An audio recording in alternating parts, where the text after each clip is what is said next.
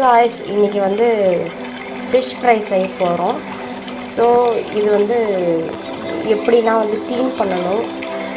Fish fry பண்ணுறதுக்கு முன்னாடி அதாவது என்ன க்ளீன் பண்ணணும் அண்டு என்னென்னலாம் இதுக்கு இன்க்ரீடியன்ட்ஸ் சேர்க்குறோம், அதுவும் ரொம்ப ஈஸியாக ரொம்ப கம்மியான இன்க்ரீடியன்ட்ஸில் எப்படி ஒரு ஃபிஷ் ஃப்ரை செய்யலான்றதை நான் உங்களுக்கு இன்றைக்கி சொல்கிறேன்.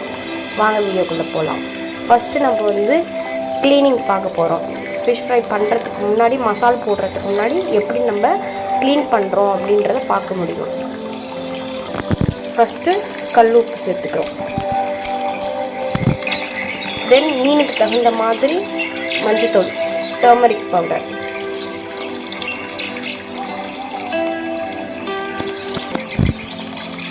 இதை வந்து நல்லா மிக்ஸ் பண்ணிக்கலாம்.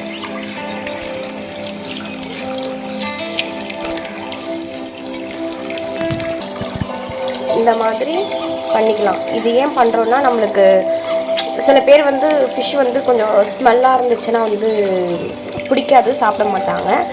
எந்த ஒரு ஸ்மெல் வராமல் க்ளீனாக சாப்பிடணும்னு நினைப்பாங்க. அப்படி இருக்கிறவங்களுக்கு வந்து இந்த மாதிரி செய்யும்போது உங்களுக்கு சுத்தமாகவே வந்து ஸ்மெல் இருக்காது.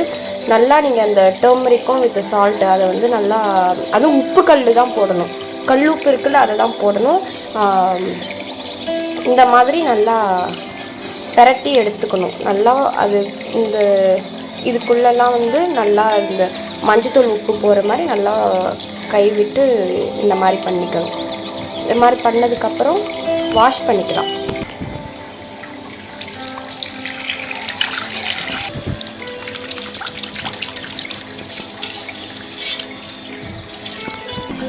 இப்போ வந்து பூண்டு சேர்த்துக்கலாம். ஒரு 10 பூண்டு.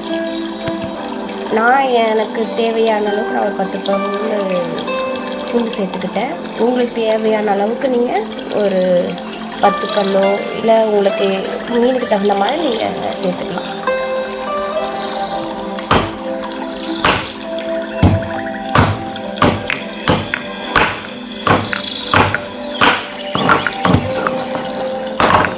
ரொம்பவும் வந்து எப்படி சொல்கிறது, ரொம்ப மையாக பண்ணிடாதீங்க. இதோ இந்த மாதிரி லைட்டாக உடச்சி விட்டால் போதும். ரொம்ப போட்டு நுணுக்கிட்டு இருக்க வேணாம், லைட்டாக நுழைச்சி விட்டுக்கோங்க.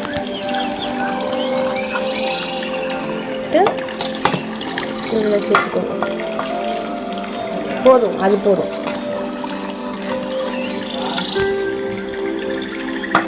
அடுத்து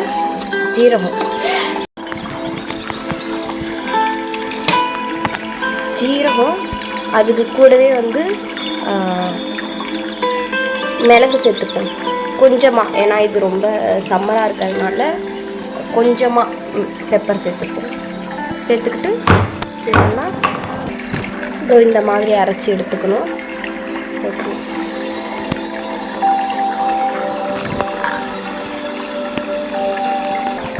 இப்போ இதில் லெமன் அரைப்பழம் ஆட் பண்ணிக்கலாம்.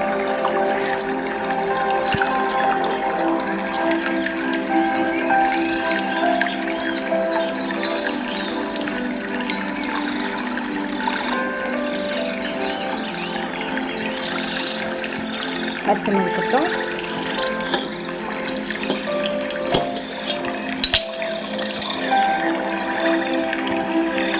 கர்டு, தேவையான அளவுக்கு கர்டு ஊற்றிக்கலாம்.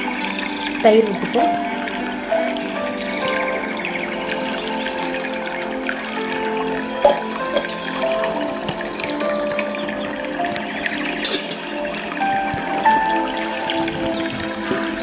இதுக்கப்புறம் தேவையான அளவுக்கு வந்து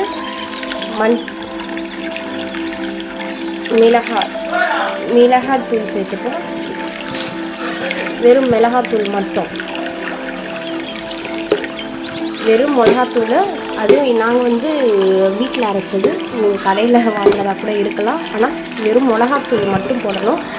அந்த தனி மிளகாத்தூள், மீன் மசாலா, இந்த எந்த ஒரு மசாலாவுமே, அதாவது கடையில் வாங்கினது வந்து சேர்க்கவே வேணாம். நீங்கள் வீட்டில் மிக்சராக அரைச்சி வச்சுருந்தால் கூட வேணாம். ஸோ வெறும் மிளகாத்தூள் மட்டும் நீங்கள் போட்டுக்கோங்க. போட்டுட்டு ஃபைனல் டச் சால்ட்டு, கல் உப்பு போடாதீங்க. இப்போ வந்து சால்ட் போட்டுக்கோங்க. சரியா?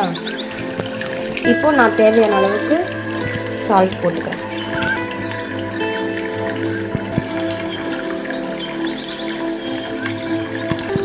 இப்போ வந்து இதை நல்லா பிசைஞ்சு விட்டு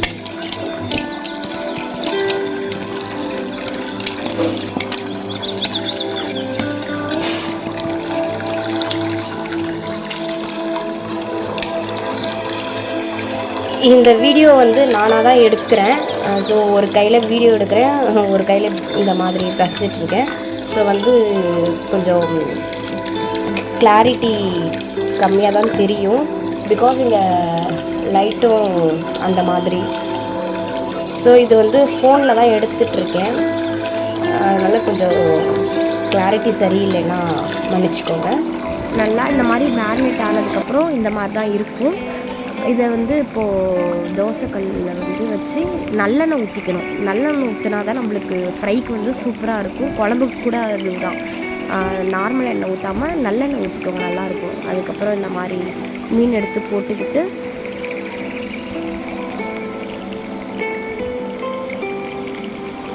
நல்லா இதை மாதிரி வேக விடணும்.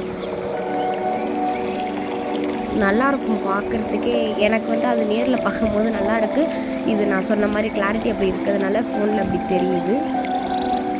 பட் வந்து நேர் நல்லாயிருக்கும். உங்களுக்கு தெரியல, அந்த ஆவி பறக்கிறதுலாம் உங்களால் பார்க்க முடியுதா? என்னால் பார்க்க முடியுது நல்லா. உங்களால் பார்க்க முடிஞ்சாலும் கமெண்ட்டில் சொல்லுங்கள்.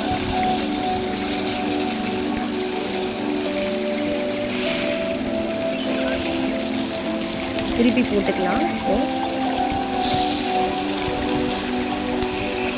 நல்லா ஒரு பக்கம் கொஞ்சம் வெந்ததுக்கப்புறம் திருப்பி போட்டுக்கலாம்.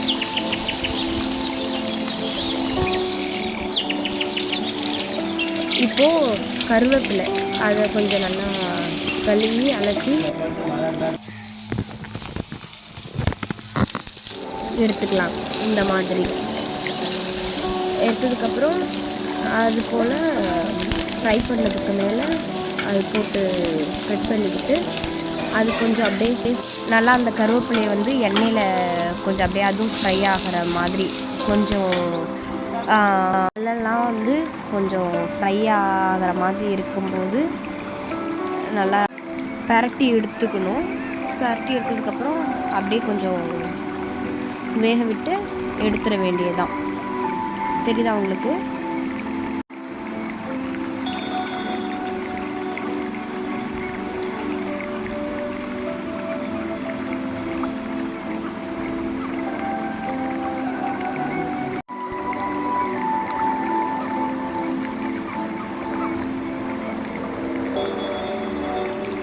பாருங்கள், நல்லா ஃப்ரை ஆகிடுச்சு. தெரியுதா உங்களுக்கு? வெந்துருச்சு.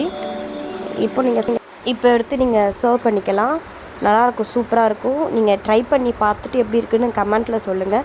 மறக்காமல் நம்ம சேனலை வந்து சப்ஸ்கிரைப் பண்ணிக்கோங்க. ரொம்ப டேஸ்ட்டாக இருந்துச்சு.